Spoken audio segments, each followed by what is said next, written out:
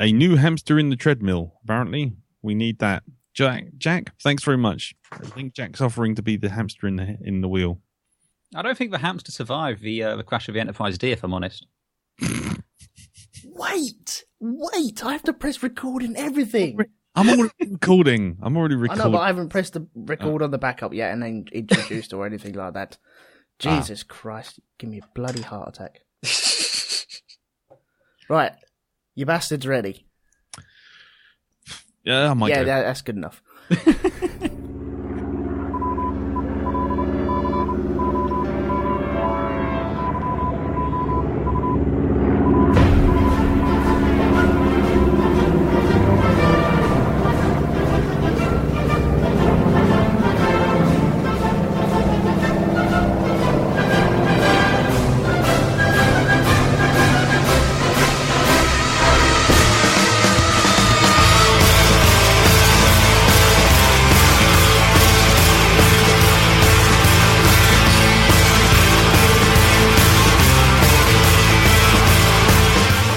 Hello everyone, welcome to Shonky Lab. Yes, we're back again. I'm Elton, and this week I am joined by Mr. Lee Medcalf.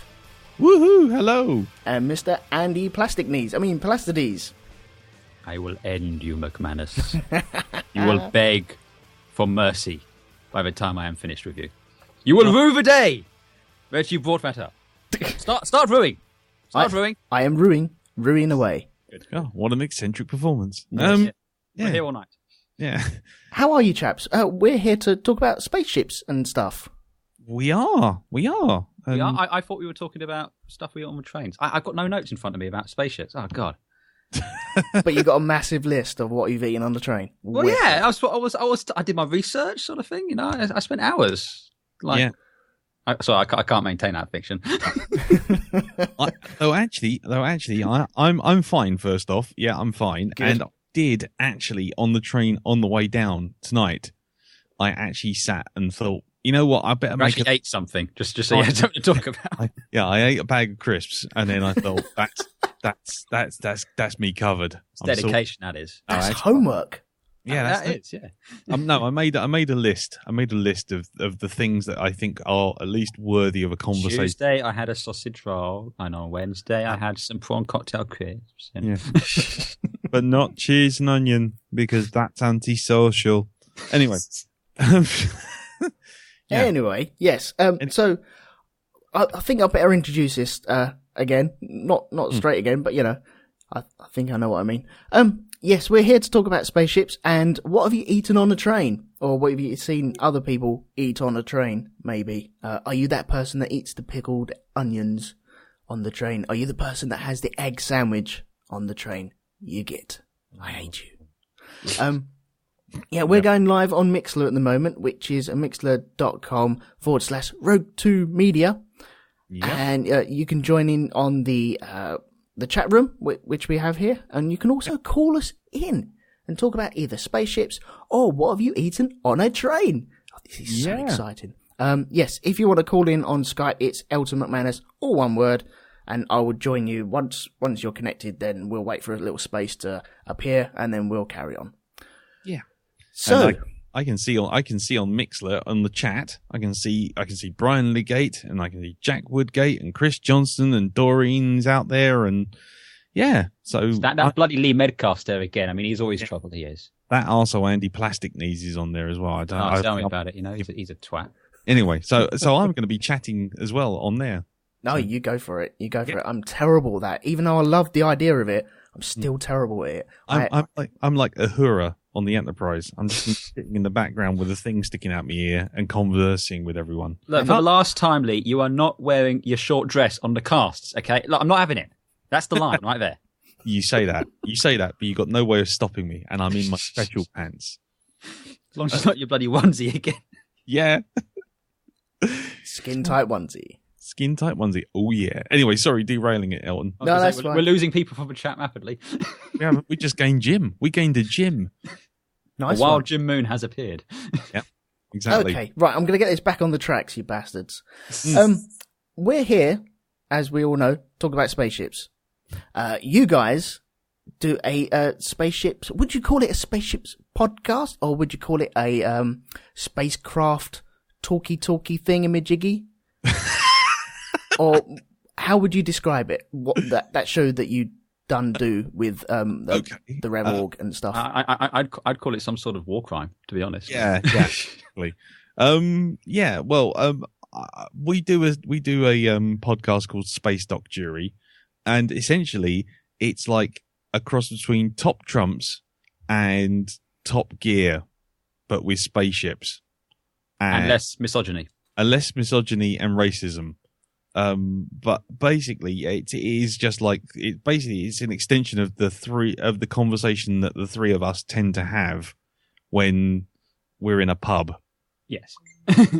Oh, and I've seen them conversations. Yeah. You've partaken in those conversations, sir. Yeah. And normally what happens is we usually end up clearing the pub because everyone just kind of slowly moves away from us. So we thought, well, we've got that power. Surely there must be other people out there who would like to join in those kind of conversations. We thought we'd save mankind by driving people off the internet. We thought, people need to get outside, fresh air, talk to each other. So we thought we'd put a podcast out which would force people to run away from technology. Yeah. Though Chris Johnson has just noted on Mixler chat that he'd call it a pissed up fight that we have normally every week. It is, just without the punching. Oh, you say that. Yeah, you say that. You don't hear the bits that get cut out. But yeah, so our cast is basically doing spaceships from film, TV, books, video games, comics, you name it, and we put them up. If the Orion actually makes it to Mars, we'll also have a real one we can do at that point. Well, yeah. So, but that kind of assumes that we'll be doing the podcast in like 10 years' time, which is. And that assumes it's going to be ready in 10 years. So, yeah, there's a lot of assumptions to be made there. Somewhat unlikely. Yeah. Yeah, that's a daunting prospect, really, isn't it? Yeah, definitely. It's bad enough trying to keep the Black Dog going for 10 years. I don't think I can do that with Space Dog, to be honest. There is a pension with the Black Dog, isn't there? There's pensioners. Oh, pensioners. That's I read it wrong. Nuts. That's just most of them for Mr. Diamond, I believe. Yeah. Exactly. And he's Hyreem. Yeah. So where can people find Space Doc Jury? They can find it on Geek Planet Online, spacedoc.geekplanetonline.com, and on iTunes. And Book of Face. And the Book of Face, yeah, facebook.com/groups/spacedocjury, and then also on Twitter, which I've mistakenly got back into because Twitter's just like, ugh. You'll never find a more wretched hive of scum and villainy? I wasn't going to go there, but actually, yes. There you go. So, Jack Woodgate apparently has a picture of one of our recording sessions, which I think is probably just going to be a load of people punching each other up. But I thought it was going to be the dogs are playing poker around the table. Well, let's see which way he goes with this. Yeah. Anyway, sorry, Elton. Carry on. That's fine. So, how did this cast? Well, you've already said that it's just normally you guys talking in a pub, getting rather drunk and shouting at each other, saying, no, this is better, no, this is better. But, how did that actually come about and then join into, and then who said, oh, okay, right, how about we turn this into something that people, we could inflict on people and, they might actually listen. Inflict people, I like that. Yeah, it was it me? Or was it goes back. So before there was Space Doc Jury, I had an idea which I spoke to Lee about, because there's certain things in a couple of science fiction films, specifically Galactica and Generations, that really piss me off, where they do something really stupid for the sake of the plot. And I said to Lee, I want to do a podcast where I can rant about things like the Pegasus getting blown up, because that made no sense at all. And then Lee went off. We came up with some ideas, and then Lee went off later on. And he goes, why don't we simplify it a little bit? And he came back a few months later, and then all of a sudden it was just like, how about we just do about spaceships? Yeah. And that was it in a nutshell. We had a little trial run where at someone's birthday party, we were all sitting in the Imperial, and there was just us three sitting on one end of the table. And it just got into this, well, what Enterprise would you pick? Just threw it out there. And all three of us came back with a different conversation, and then a different one. And then we had to prove why the other person was wrong. Yeah. Because they were wrong. because they were wrong. Yeah. And it was just at that point when it turned into a massive argument, I just thought, that's a podcast right there. Leah woke in intensive care sometime later with a thought, but wait. with a plastic enterprise sticking out my arse, and then I thought, there you go, we've got a winning formula. Yeah, because I have to admit, I can't think of 3 better people to talk about spaceships, because I listen to you guys and I think, I don't think I can join in on this. All I'd do, I'd be standing around in the conversation like I normally do when I've joined in on these conversations, and just stand there with my pint in my hand, nod, yeah, I'm right, and then occasionally throw in a grenade of utter bullshit that just riles people up. The last time we threw a grenade into the cast, me and Lee very nearly didn't talk again for a week after that. So that was one of those kind of geek rage moments. But Brian Legate says your conversational style of throwing in a grenade is pretty much like being on the Black Dog then, Elton. Yeah, I suppose it is really. I just can't help myself. It's pretty much me at meetings as well. So don't ever work with me. Just throw a cat amongst the pigeons and just walk out the door with a screaming behind you. It's a bit like Ace Rimmer, isn't it? You know, you've just jumped out of a plane fighting a crocodile, and you managed to get the girl somehow. Yep. So, what happened? Exactly. There's normally just a grenade that's been thrown in and a cloud of Elton-shaped dust where I used to be, and then me just disappearing off into the distance. Nice. Yep. Yeah, so, I mean... Yeah, sorry. Go on. No, please do. All I was going to say was, we have come to blows over a couple of things, but yeah, I mean, the thing with it is, it's pretty much like anything. You know, it's like films, like TV, like comics, cars, anything. If you're not really into it, you can sometimes listen to it and just go, well, okay, fine. You know, it's interesting to listen to someone talking about it, but if you're not vested into it, you can still just sit there and listen to it and just listen to 3 grumpy old bastards arguing, basically. I resent the use of the term old. Bastard. So, cool. How are we going to play this? You have a rule of your spacecrafts have to be interplanetary.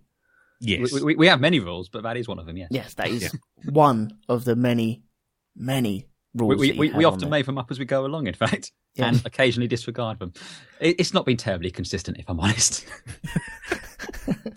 But here in the Shonky Lab, there are no rules. Okay. There are no rules. So what you're saying is the first rule of Shonky Lab is you don't talk about Shonky Lab. That is not a rule, because that does not exist. Okay. I was just making sure. No, we are here just to talk utter guff about spaceships. Ones you love, ones you hate, ones you'd like to be on, ones with the best carpet. That's easy. That's the Enterprise D. Although we did have a discussion. I don't think we want to be on the bridge after Worf's had a curry, because there's a toilet just around the corner, and we're pretty sure that's what the emergency turbo lift to the battle bridge is for. You know, if you see him head to the toilet, we're out. I can already hear the shutters coming down on Elton on that conversation. It's like a loud clang. Yeah. See, that's what I don't get. Let's hit Star Trek first. Okay. Why not? Because I have no frame of reference. I know the Enterprise. Mm-hmm. Which one? See, that's where I was going to go straight after that. There are a few, aren't there? Well, that's part of the problem. I mean, technically, if you're just going by what's on the screen, there's 5, but possibly 6. And then if you really want to stretch it, possibly 7. And in fact, if you want to go way out there and look at all the books and comics and video games and everything else, there's an Enterprise Infinity that kind of gives you an idea of where you're going. They got to 26 and then thought, shit, what now? Yeah. Wow. 26. They ran out of letters. Yeah. Flipping hell, man. Yeah. Seriously, the Enterprise is kind of right on the edge of where we can have a conversation about spaceships, because it suddenly gets a bit out of control very, very quickly. Yeah. Have you ever spoken about I'm sure you have, the Enterprise versus Falcon? That's bound to have come up, and I'm sure you guys have probably turned around and said, we're never having that conversation. Well, we've already had a similar conversation, which was the Defiant versus the White Star, which in the circles we inhabit is just as tenacious. Yeah. But we probably wouldn't do that because we try to keep our cast down to about an hour and a half in length, just for the sake of the editor and his sanity. Which is me. And as you can see, the sanity plea is not working here. But when we come to talking about, say, the Millennium Falcon, we could talk about that for well over an hour and a half, just because there's so much to talk about. Oh, God, yes. So we'd probably end up giving the Falcon its own episode, where we just would talk about the Falcon, how it came to be, and all that sort of thing, and so forth. But that being said, it's the whole premise of the cast is taking ships which really have nothing to do with each other. I mean, when we were planning out our original idea for what ships to do for episodes, I came up with wanting to do the Battlestar Pegasus for one of them. Peter came up with, I think it was the USS Defiant, and then Lee turned around and says, the Shuttle Tidarium from Star Wars. And we're like, how on earth is that going to work? Yeah, the Shuttle Tidarium. I mean, again, it was just me pulling bloody spaceships out of the top of my head, and that's when we had to start making up rules of what could be included and what couldn't. Yeah. Oh dear. Yeah. Oh, sorry. We've had a couple of, because again, spoiler alert, everyone. We kind of record a couple of weeks in advance. Yeah. But we've had a couple of episodes recently where it's not exactly been fair and balancing so much as it's not all three ships scoring around the same. It's like two ships scoring around the same, and then another one really not. Yeah. See, that's the thing we always have a problem with, which is it's kind of how do you equate one ship against another? Because, like as you say, Enterprise versus Millennium Falcon, you can do some things, but then when it comes to things like laser beams, how do you work out what one's more powerful than the other, and what ones can get through ships and all this kind of stuff? Yeah, it's quite hard. The laws of physics aren't consistent across the shows. So in Star Trek, for example, they're going as fast as is physically possible in that universe. Whereas in Babylon 5, they're going faster because the laws of physics in that universe say you can go faster. Oh, so God. we have no frame of reference. No. Do they not have a Bible or anything like that they can read from? Yes, but like most religious texts, everyone has their own Bible and everyone believes that their Bible is the right one. Ah. Yeah. I mean, for example, there was an episode we did with Babylon 5 ship, the White Star, and that was quite heated because we were talking about speed. And, oh man. Yeah, we had this whole thing of, well, if you've got a White Star actually has written down black and white that it can cross the entire galaxy in 8 weeks. Right. So we know how fast that is. But the ship it was up against was from Battlestar Galactica, and when you see them move, they just disappear and then reappear instantaneously, and we have no idea how far they've travelled, where they've gone. But is it technically going faster, or is it just disappearing and reappearing somewhere? That's not actually speed. That's just disappearing and reappearing. It's going from one location to another at that speed. No, yeah. I'm glad this has come up already. Because I was shouting at my MP3 player when this was going on. With the Battlestar stuff, it kind of just flashes out in a piff paff puff kind of way. Yeah. And then piff paff puff, it's somewhere else. Yes. And that's their jump. It's not actually travelling, is it? It has, because it was here, and now it's there. It has, but it hasn't. To travel, surely you need to cover that distance. Well, it's just your perception of it, though. Obviously it's going faster than the speed of light. So the light from the ship is no longer there because the ship's travelled faster than light. I'm having flashbacks. Yeah, I was going to say, we'll stop now, because we actually heavily revised the rules after that episode to try and address these issues. Yeah. On the chat, by the way, Doreen and Brian Legate have turned around and having a conversation about, do all the shows agree how big the actual galaxy is that these guys are playing in? They generally agree on the size of the Milky Way galaxy, because the Milky Way is the size the Milky Way is. But things like Star Wars take place in a different galaxy a long time ago, far, far away. and Battlestar is in the Milky Way galaxy as well. Spoiler alert. But it's they're generally consistent on the size of a galaxy, but some shows don't take place in this galaxy, and they don't tell us any information about that really. Right. Okay. So, favourites. Do we have ones that we want to hold on to our heart and never let go? What are your favourite ships out there that have turned up in movies or on the screen or in comics or anything like that? There is one that we both share, and unfortunately I was put in a position of having to play devil's advocate against it. The devil doesn't need an advocate. He's the devil. Yeah, well, someone thought it up, and I was it. Yeah. But yes, we're both huge fans of the Mass Effect series of games. Yeah. Huge fans. And in Mass Effect, there's a couple of ships called the Normandy. We're both huge fans of the Normandy, although I prefer the first one more than the second one, and Lee's much bigger fan of the second one over the first one. But we both just love the Normandy. Yeah, as a ship design, basically. Though my one's bigger, faster, and has more weapons. But we'll not get into that. What is this? You fire shots and then say, I'm not getting into it. You fire shots fired, my friend. Look, dude. I just wanted to do that, stir the pot. I wanted to do an Elton. I was trying an Elton thing. Were you trying an Elton thing? Yeah, the trick is you've got to be unassuming and charming enough to get away with it. While the Emperor there cackles away in the background. Good. Let the head flow through you. Okay, let's move away from Mass Effect very quickly. I tell you what, I'm going to give you one of my favourite ships. I love the exterior of, even the interior of.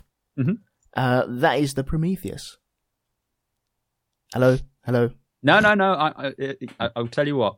I have many problems with that film. Many problems with that film. But one thing I won't fault is the production design and the way the Prometheus looks on the inside, and to a certain extent the outside. I mean, I much prefer the Nostromo, but the Prometheus is cool. The bridge is cool. Yeah, I like the bridge. I don't quite get why it's got a piano on board. It's got a pool table. It's got Christmas trees. Jack Woodgate literally just choked on his vape pen after you mentioned the Prometheus. I think that's just a normal thing to happen, isn't it? Someone says Prometheus and like, oh dear. So, not fans then? Well, actually, you say that. I mean, I do like the Prometheus as a design. I think all the designs inside the film itself are good. Whether or not the script, the acting, the direction, or any of that crap has any bearing on it is neither here nor there. I thought the whole thing with the Prometheus and the way it was laid out and the way it looked was very, very swish. And it's just a shame that it was related to aliens, so therefore you had the Nostromo to sort of weigh it off against, and then you kind of go, well, actually, okay, now that looks science fiction, whereas the Nostromo looks like actually someone built that. Yeah. Do you know what I mean? Yeah. But I do appreciate the Prometheus. The only thing it's a beautiful CG model as well. I mean, the amount of detail into that, especially when it lands. Yeah. Well, it's just well thought out. And the only thing I don't like about it is that it's got a medical lab with one medical pod that's programmed for a male human. And it's like, right. You do know there's females on that ship, right? Yeah, but basically anything which wasn't directly related to the stupidness of the plot is fine. Yeah, you kind of get into the intricacies of the actual film. You're entering Lindelof land, where it becomes a huge amount of shut up. That's why. Yeah. Anyway.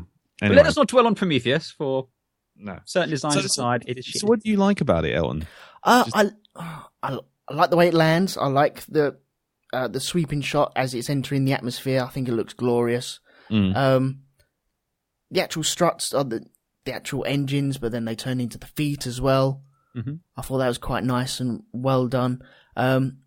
It does the problem I have with it, and I think the problem with everyone is it's got all these lovely, beautiful see-through computer screens, and then you jump forward in their universe in time to the Nostromo, and they've got CRT screens. Yeah. And that's a massive, massive shout, where really they they could have thought about it a little bit more and gone, well, hang on, in this, no, they haven't got the CRT because they should have CRTs on there. That's my only problem with it. I like the bridge. I like the way that Idris Elba stands on the bridge and he's got all this view in front of him. He's at the very nose of this thing. It's actually, when they, again, spoiler alert, everyone out here, when they take off and crash into the derelict, that's a really cool shot from the bridge. You really get a sense of the way it moves and shakes as it's lifting off there. That's all very, very cool. Yeah. I'll tell you one thing, and this is something that tangentially connects to one of the reasons why I really don't like the idea of them redoing Blade Runner. I like that 80s sense of the future you get in Alien and in Blade Runner and all that, where it is CRT and, push button phones and so forth. I really wish they would have done that in Prometheus, giving you an 80s sense of the future. Yep. That would have been cool. Yeah, big buttons that you have to actually press and they go clunk. Yeah. But instead we had a holodeck. Yeah. Inside the cargo bay. Oh, no, don't. No, sorry. Shut up, that's why. Oh, God. We're not talking about the film, guys. Yeah, I know, but you can't get away from it, Bo. That's the problem. That is it. The problem is, it's just as soon part of the thing which I like about spaceships in general is the spaceship also informs the story, and so if the story's rubbish, then the spaceship is by turns made to do things that are rubbish. So even if you sit there and go, "Oh, that's a really good design," 5 minutes later you're going, "Why have we got a male med bay? Why have And as Chris Johnson said on the chat just a second ago, the first ever sexist med bay, but somehow it's also able to perform abortions. So what the fuck's happening in the Shut up, that's why. Shut up, that's why. Exactly. And that's all part of the art design, which is informed by the story. So you can't get away from it to a certain degree. Yeah. But it did have nice pods in it, the sleeper pods, and I thought that was well designed. You've got basketball court as well. And a really good home cinema system. And a bicycle. Yeah, exactly. Who thought of bringing a bicycle? Oh, hang on, we're going to go to a foreign planet where we don't know what it's like. It might be kind of rocky. I know. Let's bring a road bike. Yeah, bring your BMX. Bring your grifter. Yeah, yes. Bring us one of your mountain bikes. Everyone turns up in lycra and funny hats. That's the thing. That I don't even think he's on a mountain bike, though, is he? No, he's not. He's on one of those. Like a chopper or something like that, isn't it? It's a Boris bike. Is it? Oh, yeah. Well. Oh, jeez. Oh yeah, it's a chopper with a little gear stick in the middle that you would always knock your nuts on when you. Well, I'll tell you this bit. Those bits when he's on his own are probably the best bits of the whole film. Yeah, that's the silence of it. Yeah, it was just him interacting with the ship on his own. It's the best bits of the entire film. Yeah, I still think my thoughts of that movie still hold true. I can hear someone grinding their teeth about them, though. No, don't start. Can I just tangent, because we mentioned Damon Lindelof and some of the stupid stuff off of the Prometheus because of stuff he's written. Let us take a couple of steps over to Star Trek Into Darkness with another ship which is rather stupid because of shit he's come up with, and that's the USS Vengeance, which has cargo bays which are like a mile long, but the door to get in is just big enough for a person to get through. Why? Yeah. Is that the one with, is it nacelles? Am I saying that right? Yes, nacelles, yes. Okay. Yeah. Is that the one where they're stacked on top of each other, either side of the saucer dish? It's the Vengeance is the one with a giant hole in the middle of it, which, hang about, let me find you a picture. Looking for it right this second. Okay. It's basically the Enterprise, but designed by someone who has lost his about 12 years old, and yeah, the curved designs, your little curve, your golden arches and all that sort of thing. Yeah. Imagine trying to make an Enterprise, but someone's lost it, and they're sort of trying to do curves, but they're making a bit of a cock up of it. As Jack Woodgate points out in the chat, what an obvious name for an evil ship, though. Might as well call it the USS Fuckbastard. Yeah, USS Vengeance, it doesn't quite speak to the Federation ideal, if I'm honest. Again, it's that whole thing of there. By the way, I posted it in the chat. Okay, yeah. It's just a fucking horrible design. But yeah, I mean, this is a ship, and forgive me for getting a bit nerdy here, Elton, but you knew what this was. Yeah, of course. This is a ship that's supposedly from the era of Kirk, which is 80 years before the Next Generation. This ship's supposed to be twice as big as the USS Hilton Hotel, the Enterprise D, 75 years earlier. For no reason, it has a crew of about 5 people on board. Okay. It's called the USS Vengeance, which just isn't a Federation ideal, and it's got cargo bays with tiny doors, but are like miles long. This is an instance where the story has forced their hand when it comes to making the model and the sets and all this, but it's stupid. And it has got a big hole in it, hasn't it? It has. Yeah. Why? I mean, if you want to get anywhere from the bridge, you've got to go all the way back. It's just stupid. Yeah, that's what I don't get about all these ships. When I was a kid, I used to draw ships, and I'd always want a direct access because you want to get from anywhere to anywhere in the quickest possible time. On that, if you've got is that the bridge right in the middle of the hole? That's the bridge in the middle, yeah. Okay, so what happens if you've got a very important appointment just over the other side? You can see where you need to go, but you need to walk. How big would it? Maybe a miles long. It is miles long. That's the thing. This ship is meant to be about 2 miles long, I think it was. Yeah. Right. So yeah, you got a mile distance to get to your meeting, which is just over there. Yeah. Yeah. I can see it. I can almost touch the room. I think the words batshit crazy, and we had no idea what we were doing. Shut up, that's why. Yeah, shut up, that's why. Yeah, there's a lot of that there. But yes, it's a pants thing. And this is another instance where they haven't really, they've got this script which makes no sense anyway, and they've had to build a ship which doesn't work. Whereas when you look at some of the stuff, especially in early Babylon 5 and, with the new Battlestar Galactica, they've thought about why do things work in a certain way. And so the ships, for me, work a lot better because they make sense. The Nostromo, again, a perfect example. It's a ship that has a sense of realism. It makes sense because this is here for reasons. It makes sense why this is here. Yeah. Whereas that is just a case of shut up. They have to fly in through this tiny hole into this long cargo bay because it'll look cool. It's a bit like having the engineering section of the Enterprise be a brewery because shut up. That's why. Yeah. That's always the problem with all of these spaceships. One of the things we always sort of assess it on is realization, and it's like, does this thing actually make sense? Yeah. And it's just like, because a lot of the time, especially with something like the USS Vengeance, for example, it's just like, it's a ship in the universe which is supposed to be all hopeful and shiny and lovely, and this is a big black spaceship with lots of angles and a big hole in it, and it's so big that I'm going to post you a picture. You've got to see how big this stupid thing is. It's like, as Jack said on the chat, it should just be called War Bastard and just be done with it. And it's like, no, that's just stupid. It's just fucking stupid. It's stupid. Stupidness. Stupid. It's absolutely the most ridiculous thing you've ever seen. Well, while you're posting that picture, you did talk about the name, the USS Vengeance? Vengeance, yes. Okay, that brings me to something else that's always bugged me. Darth Vader's ship. Yeah. The Executor. I've always called it the Executor. Because I thought the Executor would be a stupid name to call your ship because you'd know, that's the bad one. The fact that this is a 17-mile long giant fuck-off triangle in space isn't enough of a giveaway. This is true. And plus, you've got that music playing everywhere it turns up. Yeah. Oh, that'd just drive you bonkers, wouldn't it? I mean, there's many things you can say about Darth Vader. Subtlety is not one of them. He's not the kind of person to turn up to a party quietly and just kind of sneaking out the back. No. He makes an entrance. He'd lift people up as he walked in, wouldn't he? Yeah.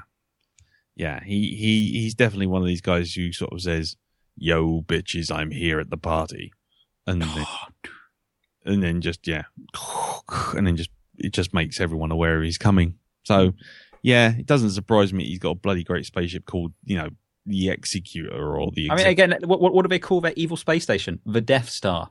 I mean, you want subtlety here. It reminds me of that Mitchell and Webb sketch where the Nazis are sitting around the campfire and go, "Are we the bad guys? We've got skulls on our uniforms." It's like that.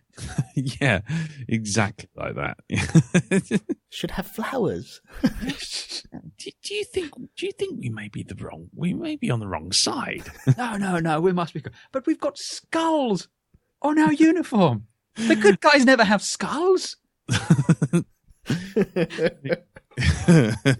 So yeah, let's face it, they're walking around in jank boots half the time as well. I mean, okay, they've got nice coloured coloured rectangles of plastic for insignias and all this instead of skulls, but again, the big bad guy's walking around in black leather with a giant shiny helmet on his head. Yeah, they need someone to style them out, don't they? Yeah. Apparently, Brian's saying that the executor turns up, windows rolled down, and stereo on full blast. Well, let's face it. If I had a theme song as cool as that, I'd do that. Yeah, exactly. Yeah. I mean, I get that episode's gone out, hasn't it? Yeah. We largely gave that such a cool score because of that theme song. Because the ship actually does fuck all in the films. If you watch Empire to see what the executor does, it does nothing in Empire apart from turn up. It fails to catch the Millennium Falcon in its tractor beam when it's flying next to it. And then in Return of the Jedi, it kind of gets hit by a fighter and crashes spectacularly. It swan dives, that's it. All it does, it looms. Yes, it looms impressively. It's like meeting Russell Brand in an elevator. He'll just stare at you and then loom over you. Yeah, but he doesn't have a cool soundtrack. So. No, he doesn't, no.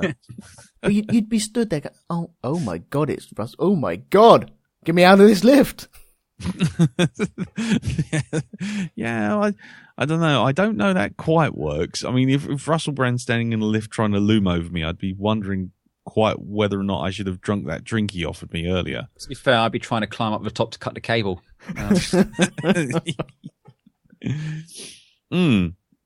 Anyway, yes, that's why I believe it's called the executor, because the executor it doesn't quite install the same sense of dread I think he was going for. I think it does. Yeah, I personally call it the executor. Yeah, but the executor just makes it sound like a solicitor, isn't it? You know, I was going to say, have you checked out your will? Do you know that all of your possessions are going to go to your family and loved ones? You may as well call it the file clerk. Yeah. Yeah, the USS real estate agent. Yes. But anyway, sorry. Carry on. Okay, so I've given you one of mine. Go on then, Andy. Give us one of yours.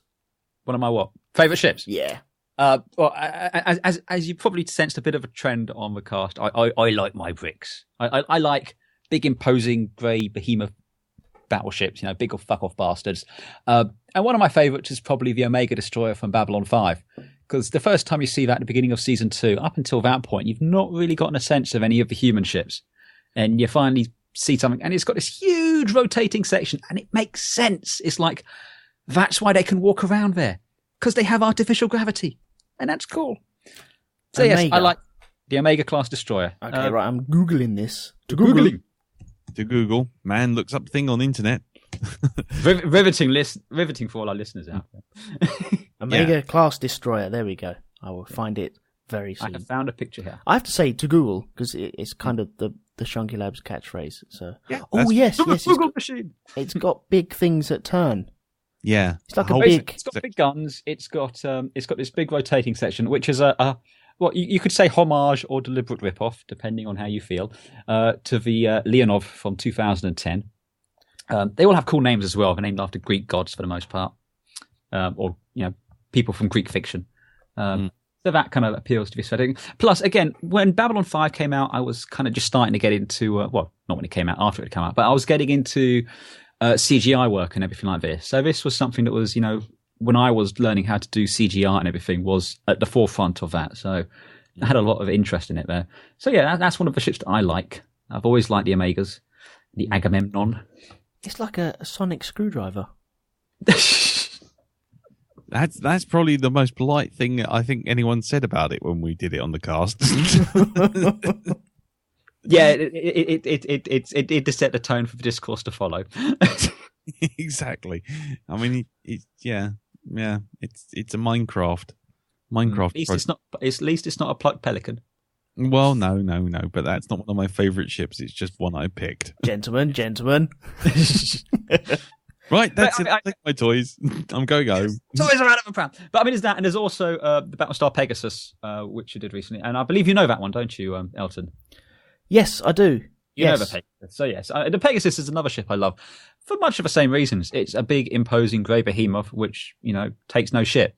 It turns up and goes, "Fuck you all, bye," and blows people to shit. Unless you've got Leah Dahmer in charge because he's an idiot.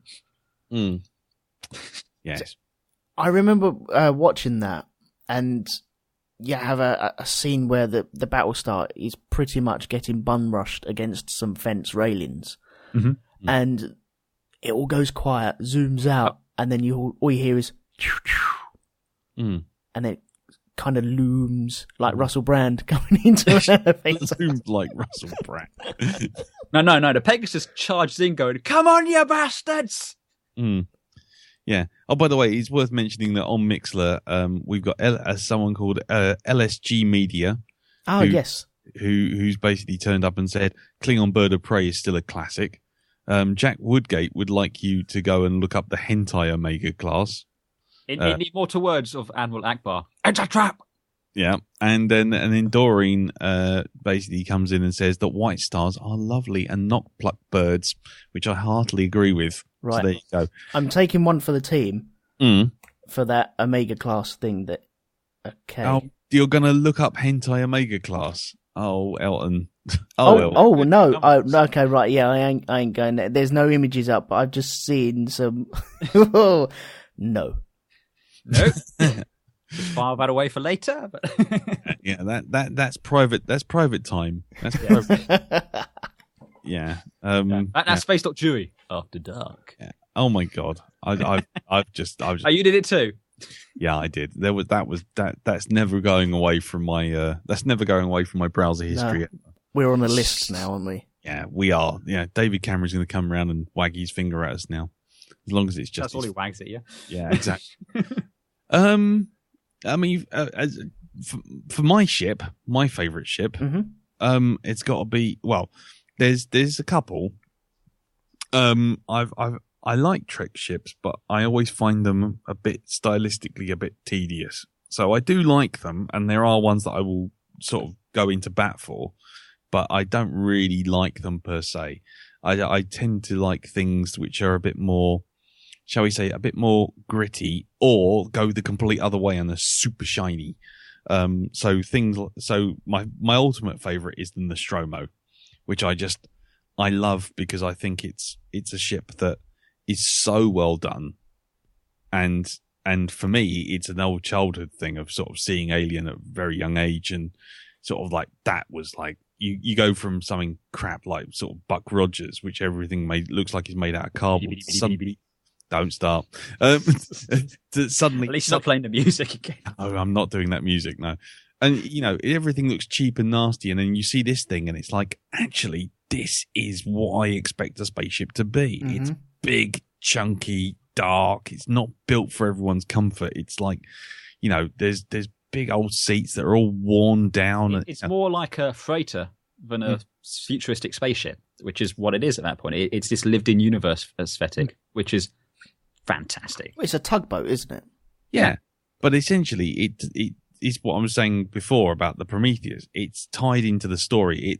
It's telling a story without actually having to say anything. You get a sense of what the universe is like by seeing the fact, there's duct tape on the seats, and, dangly dice hanging over someone's console, and, there's fag packets strewn all over the place. Well, the first 5 minutes of that movie, there's not a word said, is there? No, exactly. But you get a story from just the pictures of that ship. Exactly. Yeah, and that's one of the great things about early Ridley Scott, and I suppose to The Martian to an extent. But he can tell a story visually just by showing you what's in the set, because he's thought about it. He says, what would a crew of people on his ship for ages do with their time? And that's why you have the mess hall. It's like this place where they'd all come together to eat and everything. That's why there's a lot of life in there, whereas the bridges are much more dark and Unitarian sort of space. Yeah. And it's dark also because you're, much like sitting in a car. If you're sitting in a car, you don't want the interior lights all on. You want it dark so you can see out the windows, you can see your consoles. You don't want light reflecting off all your screens and everything. And so there's reasons for it. And that, and that, because you see later on when the ship's crashed and it's on the ground and they're sitting there trying to work out what to do next, the lights are actually up. Yeah. Mm-hmm. So, it just feels more lived in and real. It's sort of the strong sequence does seem a little bit over the top, though. I mean, you've really got to make sure you want to blow up your ship if you're going to go for all that. Well, yeah. I mean, it isn't like the Enterprise where just a couple of badly Code 1, 2B, 3. Yeah, exactly. Where a couple of misheard things in Siri will suddenly blow your ship up in flight. I mean, the Enterprise is literally, you need 3 people to say things like 1, 1, alpha, 1, alpha. And it's like, okay, so let's just hope that we're not going to sector 1, room 1, alpha 1, because otherwise we've just set the fucking self-destruct off. It must be going off all the time. Exactly. It must be. There used to be a computer game called, I think it was Bridge Simulator. It was just like this walk around the bridge of various starship things. I had it when I was a kid. And there was the Voyager bridge there. And you could walk around to like Janeway's chair and all this. And on the panel was a button. If you pushed the button, it would blow up the ship. I had hours of fun with that. But I like to think that to blow up the Voyager, there was just a single button on the armrest. And it's just like, you lean on it the wrong way with a cup of coffee and boom. Yeah. Or as Jack Woodgate put it, the password for the self-destruct is 1111. So for me, the Nostromo from Alien, absolutely perfect. I wouldn't want to necessarily live on it, but I really appreciate it as God, no. Even if aliens weren't going to come and rape your face, I wouldn't want to be on Nostromo. Well, that's the good thing that Ridley Scott did. He built this thing that you knew it was work. They were there working. Mm-hmm. That was their job. They're not there for a voyage or a fantastic ride or anything like that. They've gone out, done a job, and they're coming home. Yeah. And you know that's where they were. They still need to repair. They need to make repairs on this. They need to make changes. But they're not there because they love it. Mm. Whereas sometimes you do get, like the Enterprise, you think that people want to be there because they want to be part of that. It's like being part of an aircraft carrier. They're proud of being part of that. And they kind of miss it when they go home. Mm. Mm-hmm. Yeah, exactly. Well, that's the thing. I mean, that's what Alien did, was make things more lived in. But that itself was taken from Dan O'Bannon's story, which got turned into a film called Dark Star. And the spaceship there is so run down that the entire store of toilet paper blows up before the film has started. Yeah. Should have used the 3 seashells, man. Yeah, and don't you dare go there. Yeah, let's not go with fucking seashells. But in Dark Star, the ship is actually alive, and and they sleep in the fridge. Jack's just reminded us, and basically they're actually sleeping in the fridge. They've lost their store of toilet paper, and then the ship's so run down. There's a point where one of the characters called Pinback gets stuck in the floor of a lift because there's a hole in the floor of the lift, and he presses this button to try and get himself out, and it goes, "Congratulations, you've decided to clean the lift. The explosive bolts on this lift will now detonate in 3, 2, 1. And then you suddenly notice that he comes out of the lift and he's actually got the floor still stuck around him. He's kind of walking like a sort of, damn you, McManus! Exactly. Oh yes, I'd get the blame for it, wouldn't I? Absolutely. But the point is that basically, Dark Star's ship takes that Nostromo lived-in thing to the stupid degree, but it's really quite funny. I'll have to check that out. I'm looking at the pictures now. It's like a fake nail. Yeah, it was made in 1975, I think. It was a student film, but it got a cinema release. But it's really worth a look, just because everything goes wrong and they end up having to argue with their own weaponry. Jeez. Yeah, the bombs are alive, and they've got one job. It's literally they've got one job. So the first thing is, as soon as you switch them on, they're like, right, okay, what do I have to blow up? Sound like the spheroids in Tailhawks. Yeah, exactly. And so it's like, so you actually have to go down to the bomb bay, and actually, when this one activates by accident, you have to go down to the bomb bay and go, look, do you really want to blow us up? And he's like, well, and you have to have this kind of existential conversation with your own weaponry to stop it from just blowing itself up. So, yeah. See, just going back to the Nostromo, I love the design of that thing. Yeah, the air intakes on there as well, so it can go down into atmospheres and stuff like that. The only trouble I've always had is actually trying to see it. I know you got the big refinery there, and it's there somewhere. I know, but I can never ever find it. It's like the escape pod from the Nostromo. Okay. Well, I mean, how mad do you want to go with this? I mean, the refinery is like a big H shape, and if you imagine in the middle bar of the H, the Nostromo itself is about 3 millimeters long. If this thing is the size of your screen, the refinery, you're looking down at it from the top. Hang about. Yeah, Google to the rescue. Google to the rescue. I'll try and explain it anyway. Yeah. There you go. Though that's not exactly to scale, to be honest. It's not to scale, but it tells you roughly where it is in relation. The little white bit at the front. But that refinery, in truth, if that was the Nostromo at the correct size, that picture, the refinery would actually be like about 8 times that size. Yes, yeah. Mm-hmm. I knew it was big. It was just, like you say, they haven't got the lights on to display. They don't want to show where they are. They don't need to. No. It's just very hard to see it. Yeah, I mean, and it's kind of ambiguous, but it adds to the feeling of that movie. So I guess that's what they're going for. Exactly. And it kind of goes all the way through the whole film with the fact that you only see the alien up close. It's all about covering up the crap in some ways. Yeah, less is more. The more you can leave to people's imaginations, the more you fill out the gaps and make it more impressive. Yeah. But as far as the way the Narcissus, the escape pod's concerned, it's actually in the base underneath of the Nostromo, and it's pointing backwards. It's on one of the struts, isn't it? And basically, it's actually embedded into one of the struts. And what happens is it comes down and then out, and then basically the engines for the Narcissus are actually on its nose. And what happens is it drops down out of the ship and actually fires the engines to stop itself and let the Nostromo fly overhead.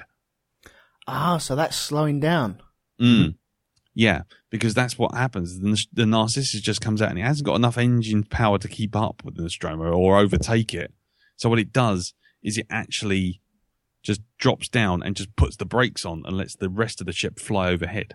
Because the other thing, you probably want to be along the flight path if they're going to come looking for you. So you want to be kind of stopped somewhere. Yeah.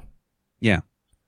Do you know, I'd never even thought about that it's actually trying to stop and just let the Nostromo and the refinery go over the top of it instead of actually shooting away.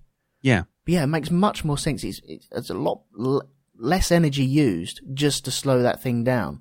Yeah, to slow a little tiny ship down rather than speed it up past the Nostromo, which is already going at the speed of light.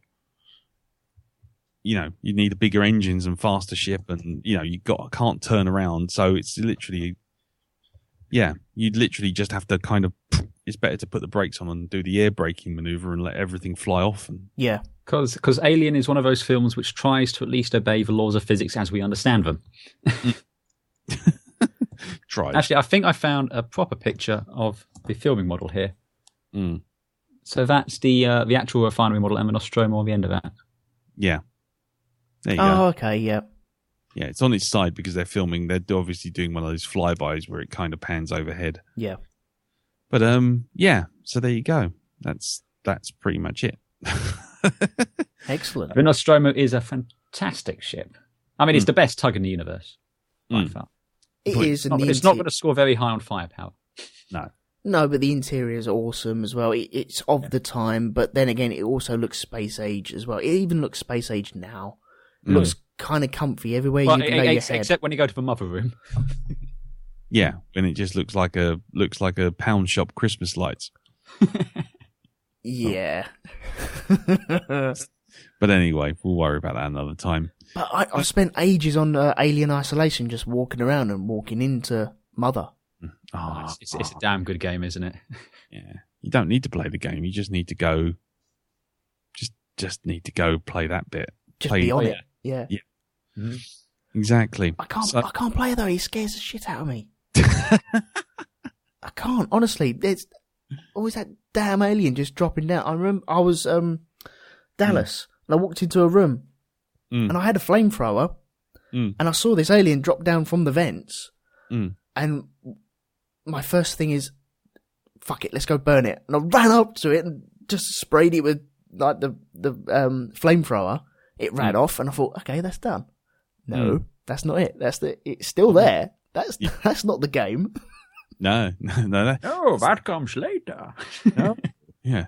So, it's it's not. I was saying to Lee because Lee at work's got the old Oculus setups, and he's going to be showing it to some people in the office, just getting them used to using 3D environments. And I said, once you've got them used to playing it a few times, you want to get that sound effect of the alien falling out of the air vent, and just randomly set it off in the office when the lights go out. You just clear that place, mate. Yeah, the dong dong dong boom.